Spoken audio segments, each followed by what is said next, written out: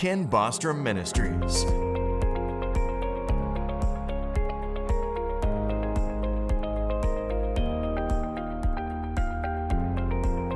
Beginning January 2018, Bostrom Ministries engaged in a whole new assignment by entering the airwaves of the world. Don't miss Ken and Mary Bostrom Ministries live.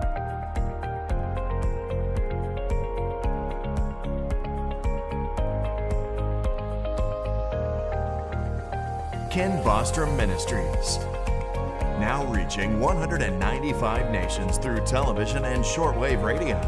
We have been given a mandate to reach the lost, teach the found, and preach the Word by changing lives with the Word of God to become united in His purpose. Bostrom Ministries. Thank you for being with us again today.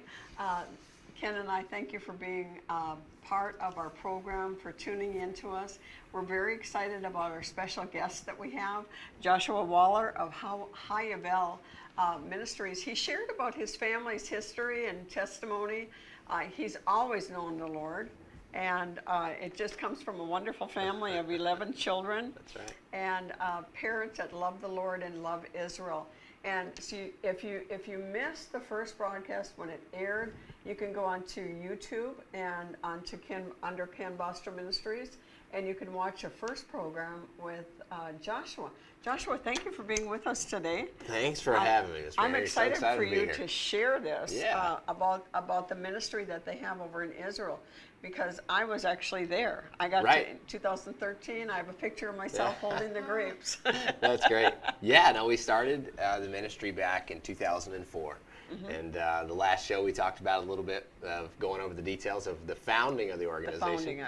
But in 2004 we came and we saw that God was moving on the mountains of Israel, and we said it's time for Christians to be a part of this move.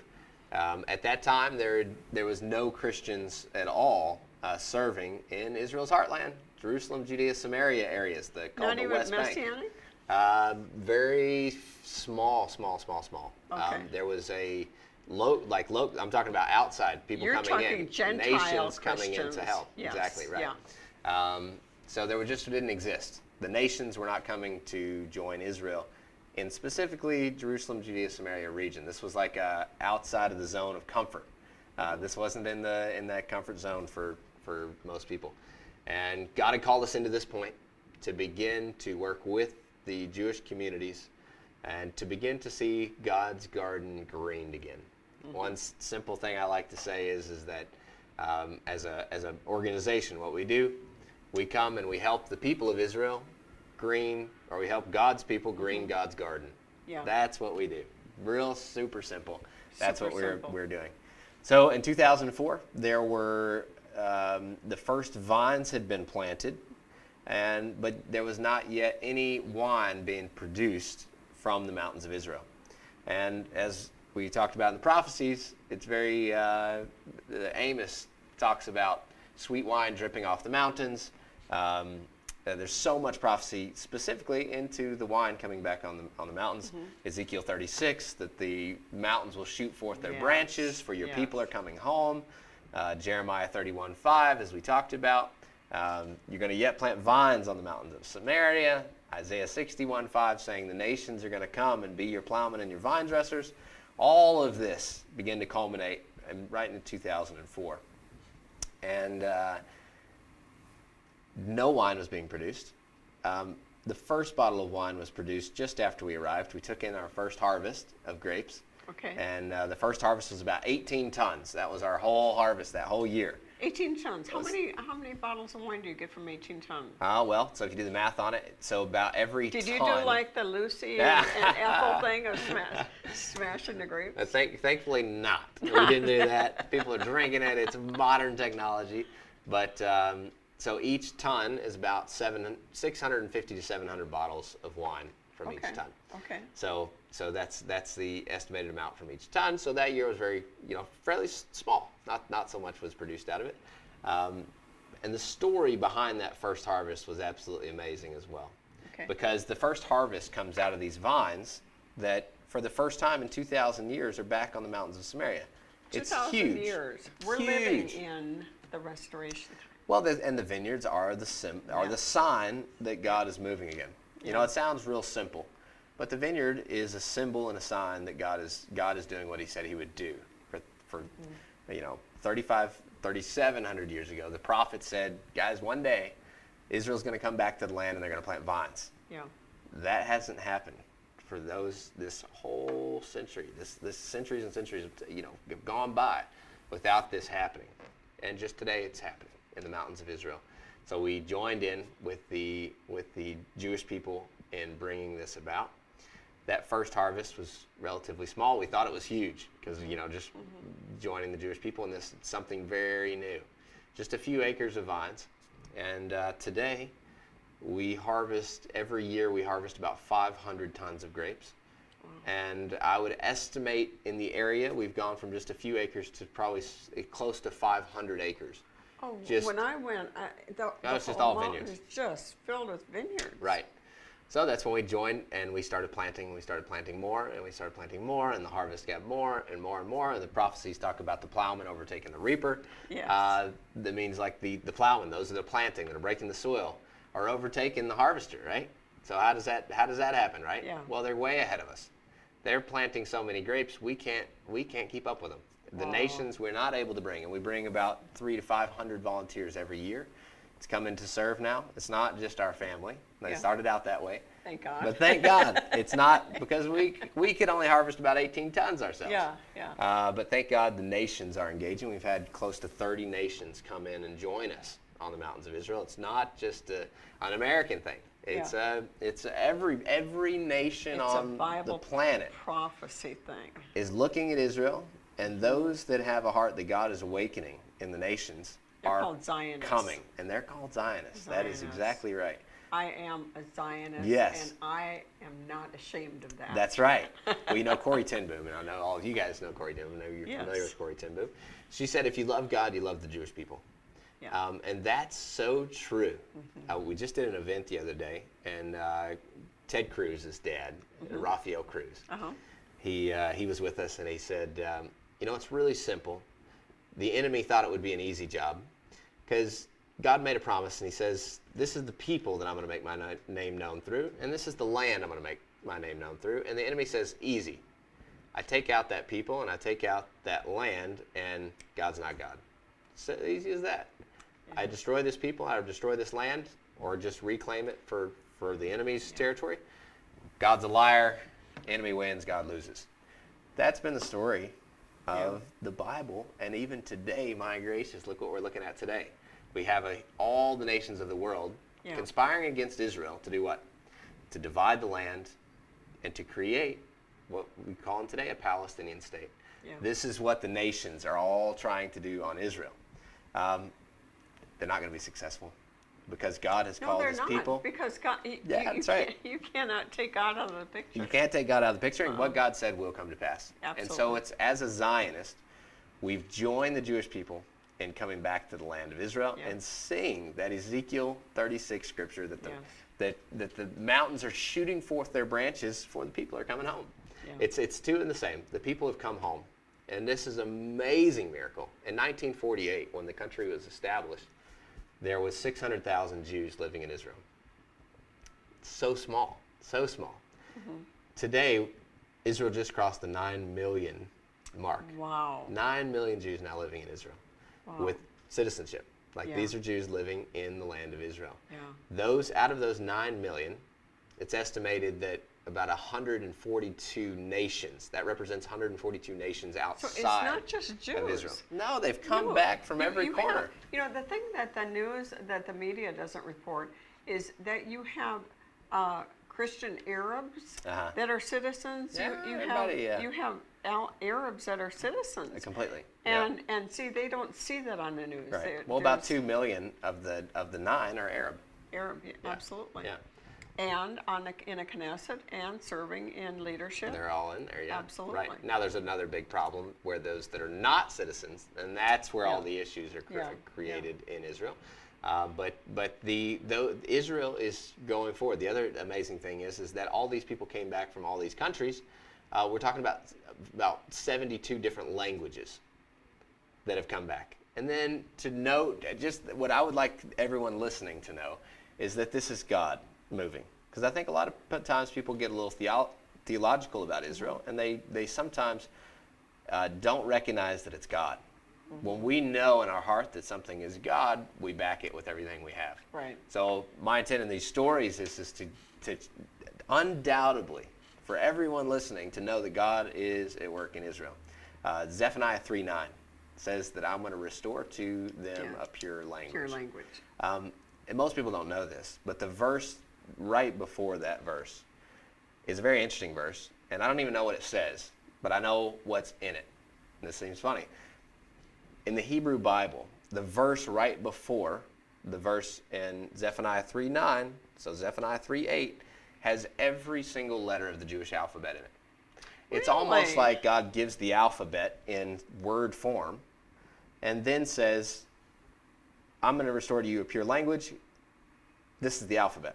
The 22 letters. Exactly. Every final form, everything is in the verse before. You should go and look at it. You guys go study it. Go open your Hebrew Bible. Go through it. Zephaniah 3:9. Literally, Zephaniah writes out the alphabet, the Hebrew alphabet, and then says, I'm going to restore to you a pure language. It's no coincidence. This is how it's written. Are you fluent Hebrew? I'm not fluent. I do speak Hebrew. To my older brother's shame, he's a Hebrew teacher, and he is fluent. And we've done lots. So your children will have 2 languages. They will have to, because we spend so much time in Israel. Yeah. We study a lot. We're going toward fluent for Do sure. you have citizenship in both countries or not? We don't. As an organization, we work we're working with the Israeli government now. That's a part of the amazing miracle story of how we got to Israel. Is that we're actually working now. In the early days, we used to go back and forth. Every 3 months, we would go back and serve and then have to leave because we were on the tour visa. Yeah. Israel, after a number of years, granted us volunteer status in Israel, meaning every volunteer that now comes with us to Israel gets a volunteer visa to come into Israel. So you're actually coming on the volunteer team. Like Israel recognizes you as a volunteer that it's coming to serve. Okay. And then when you leave, Israel gives you a certificate of appreciation. Wow. Israel puts its seal of approval on every single Christian volunteer that comes in through IUVL now, and gives this seal, which is such a miracle to me. And I can't hardly even believe that these words are coming from my mouth right now. That the nation of Israel is partnering with our organization to bring Christians into Israel to help green Israel and then send them back out. And the program is called the Ambassador Program. Israel is partnering with us to create ambassadors. That's what we need. We need people to come, the coolest thing. See the land, and go back out with the message of redemption. The message of redemption is that God is bringing back the people. He's restoring the land. And we need that message. Now, I can feel people are interested and all of a sudden thinking, wow, I can go do that. What would it be for somebody to come over? What would be the procedure? Sure. Yeah, so the basic procedure to join the team, join the volunteers, is just to go to serveisrael.com, and the whole application process is there, very easy to go through. There's trip dates, there's 2-week trips, 3-week trips, 5-week trips, depending on how long people have to serve, how much time they can get off. And you know what? We need all hands on deck. There's such a great harvest coming in. Now, is there a special time of year you need help? That's or right. Not? Yeah. So August is we start up in August. The harvest starts coming in. Okay. The harvest goes actually from August, September, October, and ends in November. Yeah. So we have trips running that whole time. Yeah. And then we have a pruning trip dedicated just for men. It's more like a men's discipleship time. Okay. That we have, and that runs January, February, March. Okay. So those nice, are cool time of the year. Yes. Yeah. Yeah. And that's for men. So do you have like barracks and stuff for them to stay? Or? We do. So that's also part of the partnership with the Jewish people in Okay. Israel. Is they've given us a location that we built our campus on. Okay. And we have a campus there that can house about 200 volunteers at any given time. So we're ready. On the land. Living there in the land. And actually in our campuses here, guess what's around us? It's all vineyards. The vineyards are surrounding us Yeah. just completely around us. You get up in the morning and you see the vineyards. You're living in the middle of the vineyards. It's the prophetic word of God being validated just right in front of our faces every day. Right. Every day. Wow. And it's such a miraculous thing. The other thing that we also do is, because you're in Israel for the first time, many people, touching the prophetic word is amazing. Picking a grape, planting a grape, pruning a grape, picking olives, going and picking. You have olive groves too? We have olive groves. There's tons of stuff. I mean, Israel is greening. It's coming back with everything. I know it. It is. The other thing is that about 85% of the Bible stories occur inside of this area we've been talking about. The mountain range of Israel. It's called the Mountains of Israel in the Bible many times. Yeah. This is an area that... I think Norma Archbold, I got her book on the Mountains of Israel. On the Mountains of Israel. Yes. This is the area. Yeah. About 4 million tourists went to Israel last year. And there's a super small, maybe in the point something percent of that actually went into the Bible land.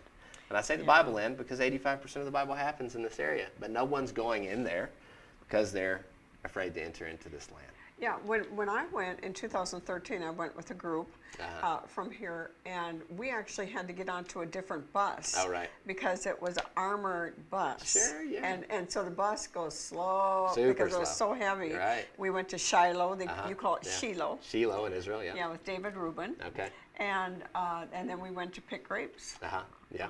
the Mount of But Blessing. Shiloh's an amazing place because Shiloh, it says in It's the a prophets, tabernacle. the tabernacle was there for 369 years, Yeah. and literally the ruins of it are still there. You see those. I know, you see the excavate. Right, Yeah. and then you pick your head up and you see the modern town of Shiloh. Yeah. And then you turn to the side and you see the ancient vineyards are back. Yes. They're live and lush. In Yes. our area, we found about 300 ancient wine presses. Really? You know, when God says He's going to restore something, that Yeah. means it was there before, and Now- He's bringing it back. At the end, we did everything he did to make the land absolutely barren, didn't Right. we? Yeah. Well, I mean, So in the in Romans, 70 AD, yeah, when the Romans. the Romans came in, they salted it. They cleared the trees around every single town. They cleared the land basically of every tree, every green thing, and then they salted the land. Desolate as it can be. For 2,000 years now, this land has just been desolate. Empires came in and tried to revive it because it's a great spot. To no avail. No one ever was able to make the land of Israel thrive again until the early 1900s, when Jewish people began to come back to the land, right after Mark Twain. When did Mark Twain, was that 1914? It was 1867. 1867, is when yes, yeah. when Mark Twain wrote his book about innocence abroad and made his trip to Israel, which is fascinating because 1967 is when Jerusalem comes back into the Yes. picture and the whole area that we're talking about. Yeah. So exactly 100 years after Mark Twain. And Mark Twain Okay. is an interesting fellow because he's not a believer. He's not a Christian man, but he validates the Word of God. And I say there's two bookends. You have Josephus writing about the time of the Romans, and then you have a 2,000-year just atrocious time of awful persecutions toward the Jewish people, the exile of the Jewish people into every nation, and then you have Mark Twain kind of ends that, and he tells the world that Israel is completely desolate. He writes about it in his book Innocence Abroad. He said nothing is going to live Nothing's going to live here. You know, it's such a deserted land. No wonder God's the only one that would like it. Nobody's here. You know, this is a God-forsaken, barren land. You know, it's just God's the only one that could have a place like this because it's so barren. And in his unbelieving state, right? Yeah. He validates that time was that long. Immediately after this book comes out, basically, the Jewish people begin to return. And from that point on, it's been an uphill road toward the restoration of Israel.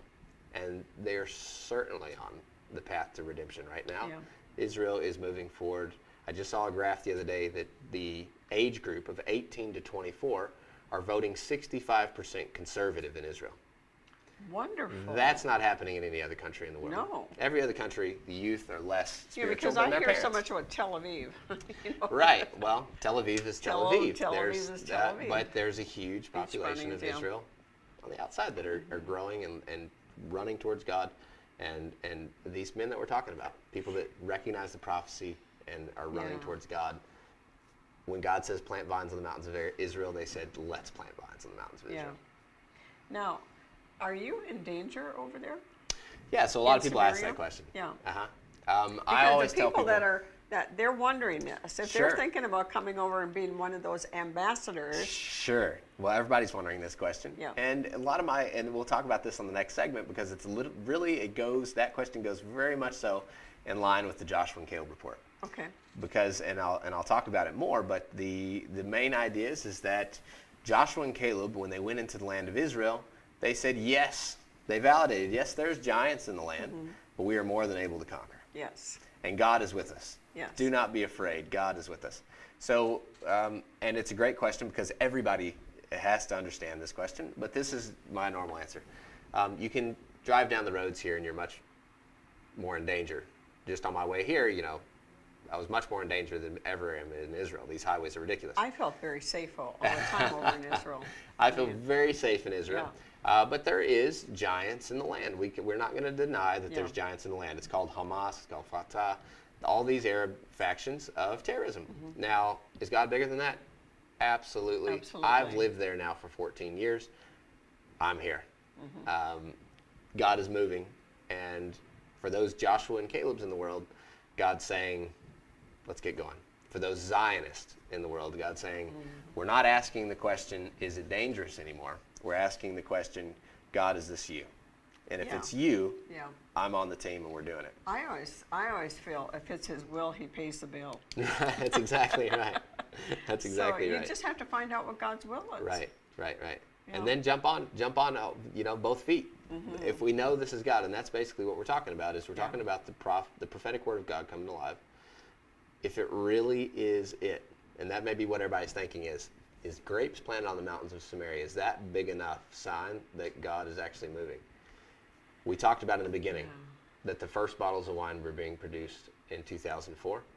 Today, we just crossed the 1 million bottle mark. Wow. So it's not one vine being planted in the mountains of Samaria. It's exactly what Jeremiah saw when he left Israel. When he left Israel during the Babylonian, when he was taken a captive, right? He did something very interesting. He bought a field of Anatoth. Remember the story where Jeremiah buys the field, and he actually plants this deeded purchase to his field, buries it in his fields, and said there will be a time when Israel comes back to this place, and what are they going to do? He says it very clearly. He says they're going to plant vines here. That's Jeremiah's prophecy to the people of Israel as an encouragement, as they're being taken out of Israel. He says this is going to be the sign. And in Israel today, there's no greater sign. In religious Israel, there's no greater sign that God is at work, that God is moving, than the vineyard itself. Yeah. The vineyard is the sign of redemption. It's God doing it. It's not some sort of work of man. God is partnering with men to establish this work. When you go over to Israel, you just see these absolutely everything that's grown there. It's really going all over the world like it was prophesied it's going to do. Exactly. And so all of Europe used to get from the hothouses of Gaza, and now when they took over Gaza, when they gave it to Gaza, and our president was part of that. Right. It was right before Katrina, because Katrina kind of followed that. Yeah, it did. Yeah. Yeah.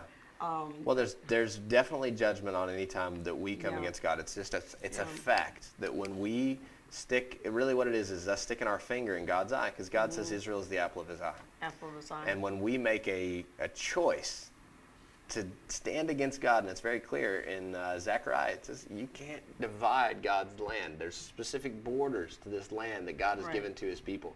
And when we as a country, as a people, validate a cutting off and a dividing of God's land, there is judgment for that. And we can't stand.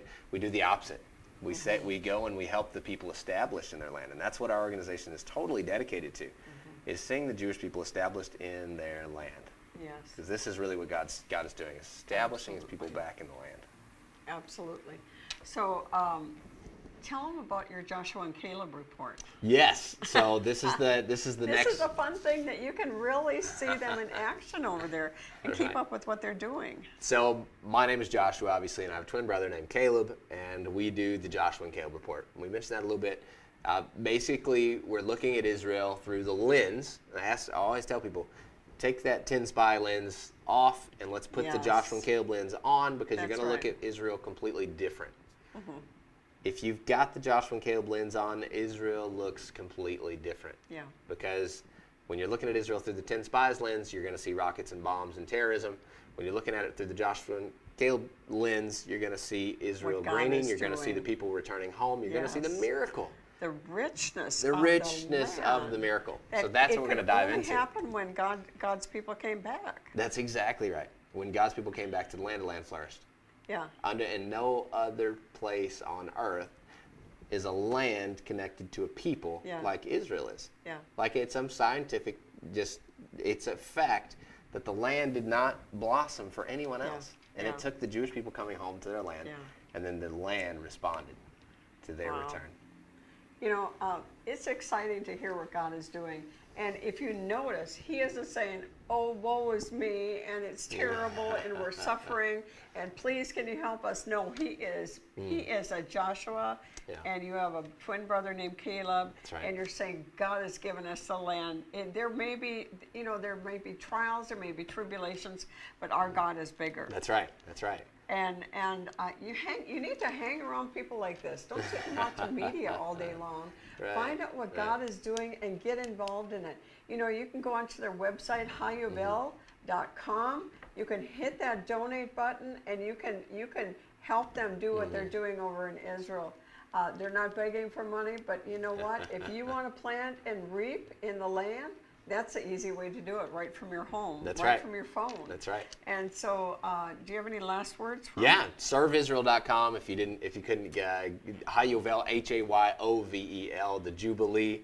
We're waiting to see that Jubilee happen. That's what we're waiting for, is to see that final Jubilee when God brings back all the people to Israel, restores that land, and there's a 50-year celebration of the miracle of God back in the land of Israel. And that's what we're celebrating already. It's just the beginnings.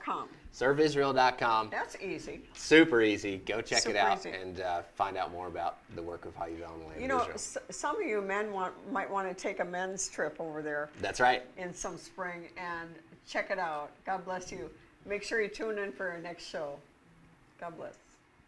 This is Ken and Mary Bostrom. We thank you for joining us today. We welcome you to watch us on kbntv.tv. YouTube, Facebook, mbostrom2.com. Also listen to us on WRNO Shortwave Radio. Contact us at kenbostromministries.org. God bless you today. Ken Bostrom Ministries. www.kenbostromministries.org. Don't miss Ken and Mary Bostrom Ministries live. Contact them at 832-212-1138.